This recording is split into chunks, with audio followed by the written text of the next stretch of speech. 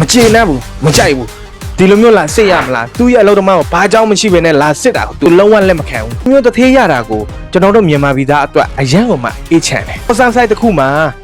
ပလိတ်ဝင်စစ်ဆေးတယ်တော်မောတွေပလိတ်တွေရှုပ်ချက်ခဲ့နေရောပဲဝင်စစ်ဆေးတယ်ဒါပေမဲ့တစ်သေးကကားတယ်မကျေနပ်ဘူးမကြိုက်ဘူးဒီလိုမျိုးလာစစ်ရမလားသူ့ရဲ့အလုပ်သမားကိုဘာကြောင့်မရှိဘဲနဲ့လာစစ်တာကိုသူလုံးဝလက်မခံဘူးဇာရွက်စာတန်းရှိလားမရှိဘူးလားဆိုတော့အကြောင်းတွေကိုလာစစ်တယ်ဒါပေမဲ့တစ်သေးကလက်မခံဘူးပလိတ်တွေကိုပြန်ပြီးတော့ချတာဘာဖြစ်လို့လာစစ်တာလဲကျွန်တော်အလုပ်သမားအကုန်လုံးဇာရွက်စာတန်းရှိတယ်ဇာရွက်စာတန်းမရှိတဲ့လူမရှိဘူးအကုန်လုံးရှိတယ်ပလိတ်ကိုပြန်စော်ထဲလိုက်ပလိတ်ကလည်းနောက်ဆုံးပြောလို့မရစမ်းတော့အေးခမရရောထိုင်းလူမျိုးလားကျွန်တော်ထိုင်းလူမျိုးအဲ့ဒါကျွန်တော်ဘာပြလေပြစရာအကြောင်းလို့လားခမရဘာကြောင့်နဲ့ကျွန်တော်တို့ကိုလာစစ်ဆေးတာလဲမိတ်မရှိဘဲနဲ့စစ်ဆေးလို့မရဘူးလေထိုင်းမှာအဲ့ကြောင့်အခုလိုမျိုးတထေးတွေများများ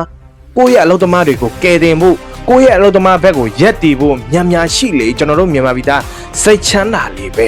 ကောင်းလေပဲကျွန်တော်ဆရာကသဘောကျတယ်အဲကြောင့်ဒီဗီဒီယိုကိုညီကိုမနှမတွေမြင်သွားရအောင်ကြောင့်တင်ပြပေးတာဖြစ်ပါတယ်